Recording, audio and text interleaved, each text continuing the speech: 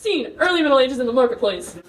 Hey guys, I've got the newest invention right here that is sure to rattle your socks off. I've made a time machine that can travel to the late Middle Ages. Why would we, the citizens of the early Middle Ages, want to go there?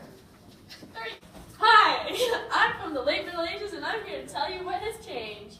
Life of the serf is hard. We have hard labor all throughout the day, yet such a large portion of our income goes to our lord. We barely have enough left to get by.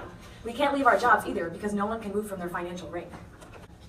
Wow, that sounds terrible. The late Middle Ages had much more social mobility. Serfs created a new middle class using their talents and provide with new jobs like being merchants, craftsmen, lawyers, doctors, and teachers. Wow, that's great. How does this benefit the economy? Well, now that we are our own employers, we have extra money that we can spend on more luxurious items to treat ourselves. This results in a higher profit motive. Not only that, but trade also flourishes in the late Middle Ages. This rise in commerce results in the need for banking and the use of checks.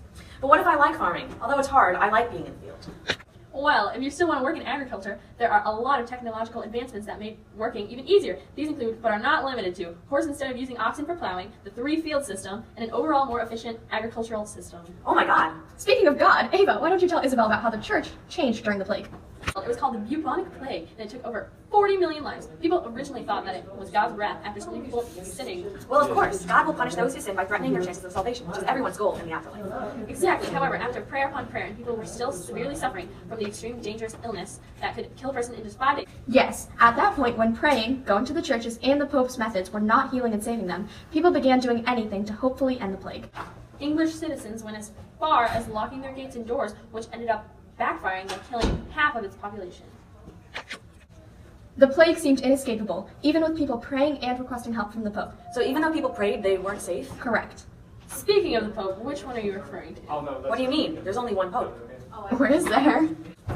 Actually, an event occurred called the Great Schism, in which a conflict of power between two chosen successors after the death of Pope Gregory VI, who later excommunicated each other and split the church. This confusion, along with the other pope chosen by the Council of Constance, caused a lack of trust between the church and its followers. The disorganization among the church, along with the falsehood of the prayers to the plague, greatly declines the reputation of the church.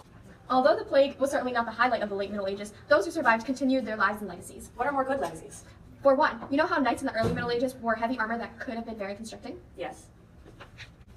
In the late Middle Ages, knights don't have to wear the bulky equipment because of the creation of the magnificent invention known as the longbow. The invention came in handy during the 100 Years' War, which occurs when English King Edward III claims the right to the French throne because he's a descendant of the past king. The war between the English and France ended in the French driving the English out of France entirely except for a small port city. After the war, I felt very patriotic, and I know many of my peers did as well. The need to fight for our country united us and increased the power of the monarchy that was in place. Monarchy? We have feudal systems of government that are based off of ownership and personal relationships. There are lords and vassals. Vassals are anyone with the lord above them. So the king has no lord, but has 3 vassals, and peasants or serfs have no vassals, but have 3 lords.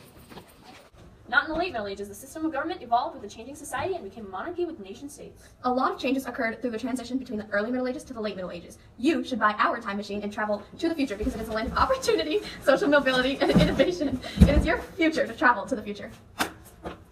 Yeah.